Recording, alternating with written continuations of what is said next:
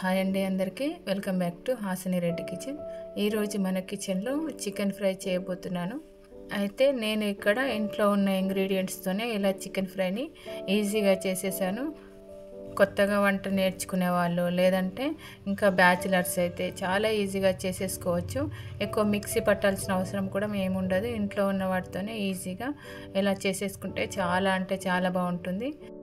సాంబార్ చేసుకున్నప్పుడు కానీ లేదంటే టమాటా రసం చేసుకున్నప్పుడు కానీ ఏదైనా ఫ్రై కర్రీ ఉంటే బాగుంటుంది అనిపిస్తుంది కదా. అలాంటి టైంలో ఇట్లా చేసుకుంటే చాలా బాగుంటుంది. మరి చికెన్ ఫ్రైని ఎలా చేసుకోవాలో చూసేద్దాము. ముందుగా అయితే స్టవ్ పైన మందంగా ఉన్న కర్రీ బౌల్ పెట్టేయాలి.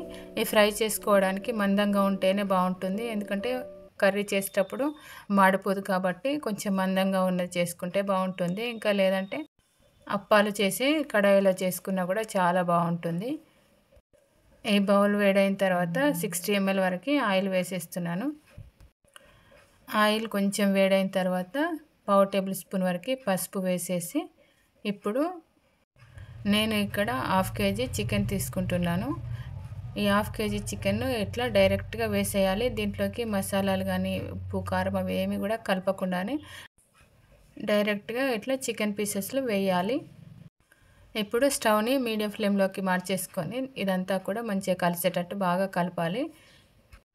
అయితే చికెన్ ఇట్లా డైరెక్ట్గా వేయించుకుంటే బాగుంటుంది కాబట్టి ఇట్లా ఒక 5-10 నిమిషాల వరకు, అంటే దాదాపు చికెన్ 50 to 60% ఉడికే వరకు కూడా ఇలాగే మధ్య మధ్యలో కలుపుకుంటూ, అవసరం ఉంటే కొంచెం నేరుగా అనిపిస్తే మూత పెట్టేయండి. తర్వాత మళ్ళీ మూత తీసుకుంటూ కలుపుకుంటూ ఈ చికెన్ ఫ్రైని ఇలా చేసుకుంటే చాలా బాగుంటుంది. మరి చికెన్ ఇట్లా బాగా కలుపుకుంటూ చేయడం వల్ల చికెన్ మంచిగా ఉడుకుతుంది, అట్లాగే తినడానికి కూడా బాగుంటుంది టేస్టీగా. చికెన్ ఇలా కలుపుకుంటూ 60% వరకు ఉడికే వరకు ఇట్లాగే కలుపుకుంటూ ఫ్రై చేసుకోవాలి. ఇట్లా ఉడికేసరికి చికెన్ కొంచెం కలర్ కూడా చేంజ్ అయిపోతుంది, అంటే ఈ రకంగా ఉండే వరకు కూడా ఫ్రై చేసుకోవాలి. తర్వాత ఇప్పుడు సన్నగా కట్ చేసిన పచ్చిమిర్చీలను వేసేస్తున్నాను. ఈ పచ్చిమిర్చీలను కూడా కలుపుకుంటూ పచ్చివాసన పోయేంత వరకు కూడా వేయించుకోవాలి. ఇప్పుడు మాత్రం స్టవ్ని మీడియం ఫ్లేమ్లోకి లో ఫ్లేమ్లోకి మార్చుకుంటూ చేయాలి, ఎందుకంటే పూర్తిగా డ్రై అయిపోయింది కాబట్టి కొంచెం కలపకపోయినా కూడా మాడిపోతుంది. ఇట్లాగే కలుపుకుంటూ పచ్చివాసన పోయేంత వరకు మిర్చీలను వేయించుకోవాలి. తర్వాత ఇంకా చిన్నగా కట్ చేసిన ఉల్లిపాయలను కూడా వేసేస్తున్నాను. ఉల్లిపాయలను పేస్ట్ చేయడం కంటే ఇట్లా చిన్నగా కట్ చేసి వేసుకుంటేనే బాగుంటుంది. వీటిని కూడా మంచిగా కలుపుతూ కొంచెం కలర్ చేంజ్ అయ్యేంత వరకు కూడా వేయించుకోవాలి. ఇట్లా వేయించుకున్న ఆనియన్స్ చాలా బాగుంటాయి. చూడండి, ఆనియన్స్ కలర్ అనేవి చేంజ్ అయిపోయినాయి, అంటే ఇట్లా ఉండే వరకు కూడా వేయించుకోవాలి. తర్వాత ఇప్పుడు కరివేపాకు అలాగే అల్లం వెల్లుల్లి పేస్ట్ కూడా వేసేస్తున్నాను. అల్లం వెల్లుల్లి పేస్ట్ వేసిన తర్వాత స్టవ్ని సిమ్లో ఉంచి వేయించుకోవడమే మంచిది, ఎందుకంటే మనం వాటర్ వేయట్లేదు చికెన్లో కాబట్టి డ్రై లాగా రోస్ట్ చేస్తున్నాం కాబట్టి ఎక్కువ మాడిపోయే అవకాశం ఉంటుంది. కాబట్టి చిన్నగా పెట్టేసి స్టవ్ని అంటే సిమ్లో ఉంచేసి వేయించుకుంటేనే బాగుంటుంది. ఇట్లా అనుకుంటూ మంచిగా వేయించుకోవాలి. ఇలాగే స్టవ్ని 2-3 నిమిషాల వరకు సిమ్లోనే ఉంచేసి ఇలా బాగా కలుపుకోవాలి. తర్వాత ఇప్పుడు పసుపు వేసేస్తున్నాను. ఈ పసుపు కూడా ముక్కలన్నింటికి కూడా మంచిగా పట్టేటట్టు కలపండి. కొంచెం పసుపు కలవడానికి టైం పడుతుంది కాబట్టి ఇట్లా ఎక్కువసేపు కలుపుకోండి. తర్వాత టేస్ట్కి తగ్గట్టుగా కారం పొడి కూడా వేసేస్తున్నాను, అలాగే ఉప్పు కూడా వేసేస్తున్నాను. తర్వాత 1/2 టేబుల్ స్పూన్ వరకు గరం మసాలా కూడా వేసేస్తున్నాను. ఇవన్నీ కూడా మంచిగా కలిసేటట్టు బాగా కలపాలి. ఇప్పుడు స్టవ్ను మాత్రం సిమ్లోనే ఉంచేసి మనం వేసిన ఇంగ్రీడియంట్స్ అన్నీ కూడా చికెన్కి బాగా పట్టాలి కాబట్టి ఇలా కలుపుకుంటూ చేసేసుకోవాలి.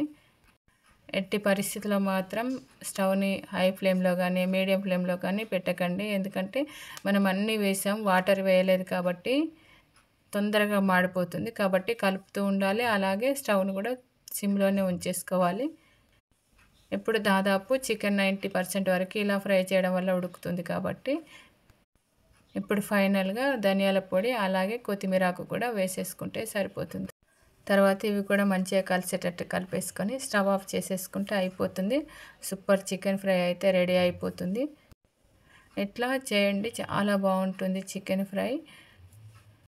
ఇంతేనండి చికెన్ ఫ్రై చేసుకోవడం. తర్వాత దీన్ని సర్వింగ్ బౌల్లోకి పెట్టేసుకొని సర్వ్ చేసేసుకుంటే సరిపోతుంది. వేడి వేడి చికెన్ ఫ్రై అయితే రెడీ అయిపోతుంది.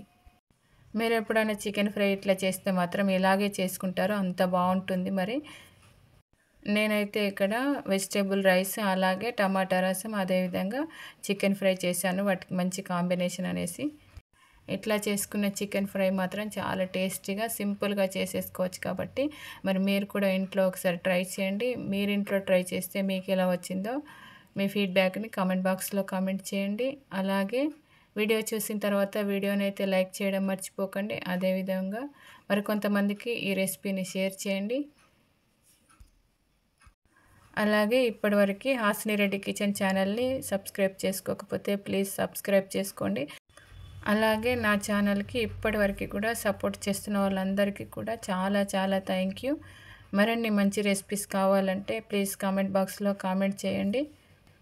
ఫైనల్గా ఇప్పటివరకు ఈ వీడియో చూసినందుకు మీకు చాలా చాలా థ్యాంక్ యూ.